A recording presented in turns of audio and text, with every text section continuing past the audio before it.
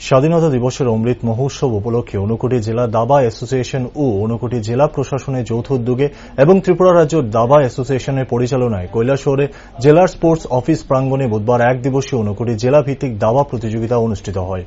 দিনভর এই দাবা প্রতিযোগিতায় উপস্থিত ছিলেন ঊনকোটি জেলার দাবা অ্যাসোসিয়েশনের সভাপতি অমৃত ভট্টাচার্য, রাজ্য কমিটির নেতৃত্ব দীপক সাহা, জেলার দাবারু বিভাস দাস সহ অন্যান্যরা।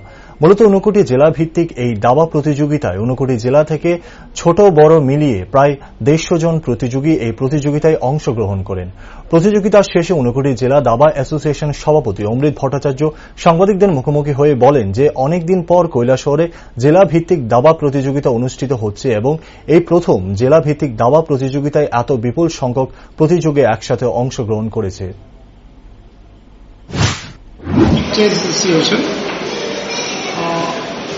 এবং ঊনকোটি ডিস্ট্রিক্ট অ্যাডমিনিস্ট্রেশনের উদ্যোগে এবং চেস অ্যাসোসিয়েশনের সহযোগিতা এবং অল ত্রিপুরা চেস অ্যাসোসিয়েশনের পরিচালনায় আজকে ঊনকোটি জেলা সদর কৈলাসহর, যা একসময় উত্তর ত্রিপুরা জেলা সদর ছিল এবং যেখানে জেলাভিত্তিক কম্পিটিশন হতো, এবার আমরা ঊনকোটি ভিত্তিক কম্পিটিশন করেছি এবং এটা হাইয়েস্ট রেকর্ড। 112 জন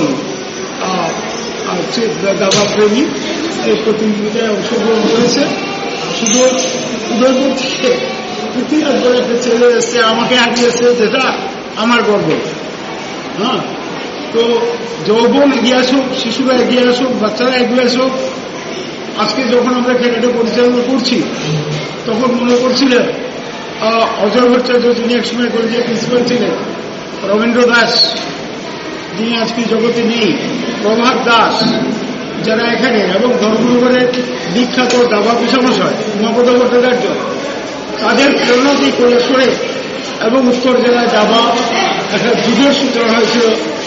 90-92 সাল থেকে আমরা প্রতিবার কম্পিটিশন করতাম, দীর্ঘদিন এটা অবহিত হচ্ছিল এবং গতবার থেকে এখানে যখন দীপক শাহ আমাদের স্টেট চেস অ্যাসোসিয়েশনের সেক্রেটারি যখন এখানে ডিসিএম এসছে জেলা অ্যাডমিনিস্ট্রেশনে, তখন